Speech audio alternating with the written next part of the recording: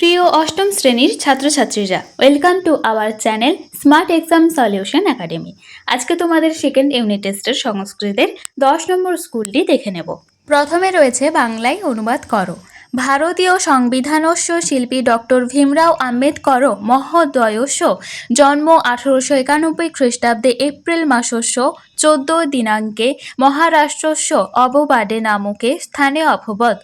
ভারতীয় সংবিধানের নির্মাতা ডক্টর ভীমরাও আম্বেদকরের জন্ম 1891 খ্রিস্টাব্দের 14 এপ্রিল মহারাষ্ট্রের অববাডে নামক স্থানে হয়েছিল। অশ্ব জনক রামজি সকপাল জননী চ ভীমাবাই আস্তাম। তার পিতার নাম ছিল রামজি সকপাল এবং মাতার নাম ভীমাবাই। তস্মৈ উত্তমং সংস্কারং শিক্ষা চ দত্তবতী। তার পিতা তাকে উত্তম শিক্ষা ও সংস্কার দিয়েছিলেন। বাল্যকালে এব ভীমরাও পিতৃমাতৃ বিয়োগাৎ অনাথ অভবৎ। ছোটবেলাতেই ভীমরাও পিতামাতার বিয়োগে অনাথ হয়ে পড়েন। তদা তস্য পোষণং রক্ষণং চ পিতৃবশা কৃতবতী। তখন তার লালন পালনের দায়িত্ব তার পিসি গ্রহণ করেন। বাল্যাবস্থায়াং ভীমরাও অতীব মেধাবী আসিত। ছোটবেলায় ভীমরাও অত্যন্ত মেধাবী ছিলেন। অধ্যয়নকালে ভীমরাও তস্য আম্বেদকর নামকস্য প্রিয় শিক্ষকস্য স্নেহেন প্রভাবিত ভূত্বা আম্বেদকর ইতি নাম স্বনাম্না সহ যোজিতবান। পড়াশোনার সময় তিনি তার প্রিয় শিক্ষক আম্বেদকরের স্নেহে প্রভাবিত হয়ে নিজের নামের সঙ্গে আম্বেদকর নামটি যুক্ত করেন। এরপর 2 নম্বর বঙ্গানুবাদটি দেখো। আসিত শিবপট সংকুলে অরণ্যে কশ্চিৎ অতি দুষ্ট ব্যাঘ্র। একটি ঘন জঙ্গলে এক অত্যন্ত দুষ্ট বাঘ ছিল। প্রতিদিনং লোকালয়ং প্রবিশ্য গৃহপালিতং গবাদিকং পশুং হত্যা ভক্ষয়তি চ। সে প্রতিদিন লোকালয়ে প্রবেশ করে গৃহপালিত গরু প্রভৃতি পশু হত্যা করে খেত। তস্যা জনা তং ব্যাঘ্রং হন্তুম বদ্ধা চেষ্টন্তে স্ম। গ্রামের লোকেরা সেই বাঘটিকে মারার জন্য অনেক চেষ্টা করত, কিন্তু সর্বা প্রচেষ্টা বিফলীকৃতা। কিন্তু সব প্রচেষ্টায় ব্যর্থ হয়েছিল। তেন ব্যাঘ্রেণ অপকর্ম নিত্যং সাধিতং। সেই বাঘ প্রতিদিন অপকর্ম করে বেড়াত।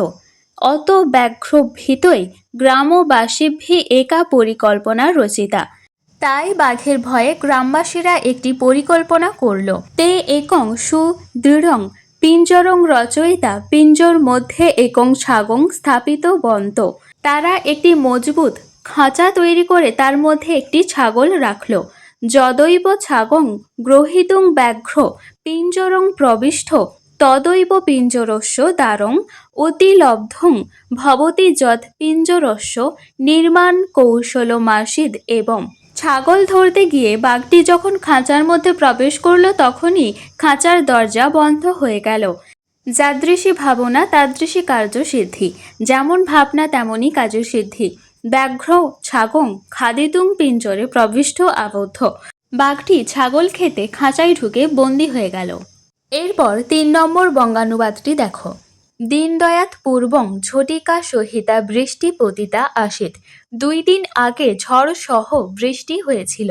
অত অশ্বিনী ইতস্তত বিকীর্ণানি আসন। তাই হাড়গুলি এদিক ওদিক ছড়িয়ে পড়েছিল। তানি অশ্বিনী একীকৃতং মন্ত্রী নৃপং উক্তবান।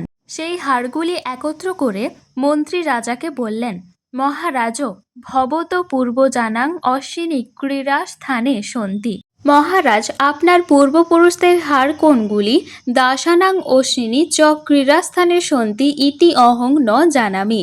আর দাসদের হাড় কোনগুলি তা আমি জানি না। এতৎ গাতুং সুবিদ্যতে চেত শ্রাদ্ধ কার্যং সুকরোধ ভবেত। যদি তা জানা যেত তাহলে শ্রাদ্ধ কাজ সহজ হতো। মন্ত্রিণ বচনেন নৃপস্য হৃদয়ে বিবেক উদিত। মন্ত্রীর এই কথায় রাজার হৃদয়ে বিবেকের উদয় হল। তেনৈব রাজা সর্বান দাসান গ্রহণবৎ কৃতবান। তখন রাজা সমস্ত দাসদের সমান মর্যাদা দিলেন। ইতরে জনা স্বাধীন জীবনং যাপয়িতুং ব্যবস্থা কৃতবন্ত চ। অন্য লোকেরাও স্বাধীনভাবে জীবনযাপনের ব্যবস্থা করল। 2 নম্বরে রয়েছে সন্ধি বিচ্ছেদ করো। উজ্জ্বল উদ যুক্ত জল, জগন্নাথ জগৎ যুক্ত নাথ। এরপর 3 নম্বরে রয়েছে সন্ধি যুক্ত করো। দিক যুক্ত অন্ত, দিগন্ত, ধাবন যুক্ত অশ্ব, ধাবন নশ। এরপর 4 নম্বরে কারক ও বিভক্তি নির্ণয় করতে হবে।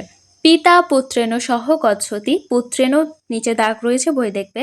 পুত্রেণ পদে সহযুক্ত অপ্রধান সূত্রানুসারে তৃতীয়া বিভক্তি। বৃদ্ধ কর্ণেন বধির, কর্ণেন পদে জেনাঙ্গ বিকার সূত্রানুসারে তৃতীয়া বিভক্তি হয়েছে। শিবায় নম, শিবায় পদে নম স্বস্তি সাহা ইত্যাদি সূত্রানুসারে চতুর্থী বিভক্তি হয়েছে। আর বালক ভিক্ষুকায় ভিক্ষাং দদাতি, এখানে ভিক্ষুকায় পদে কর্মণা যমভিপ্রৈতি সম্প্রদানম সূত্রানুসারে সম্প্রদান কারকে চতুর্থী বিভক্তি হয়েছে।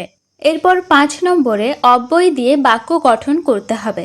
অকস্মাৎ মানে হঠাৎ, অকস্মাৎ আকাশাৎ বৃষ্টি পততি, হঠাৎ আকাশ থেকে বৃষ্টি পড়ছে।